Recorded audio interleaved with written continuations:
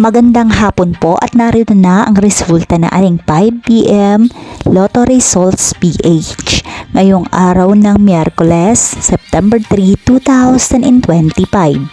At para po sa draw natin ngayon ay ang 3D Lotto at ang 2D Lotto. At para po sa Lotto More updates, pasubscribe na lang din po ako sa aking channel at pahit na din po ako ng notification bell.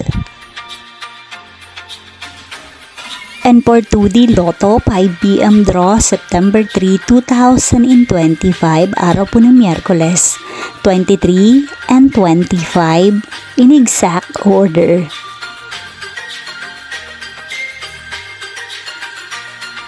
And for 3D Lotto, 5 PM draw, 3, 0, and 0 in exact order.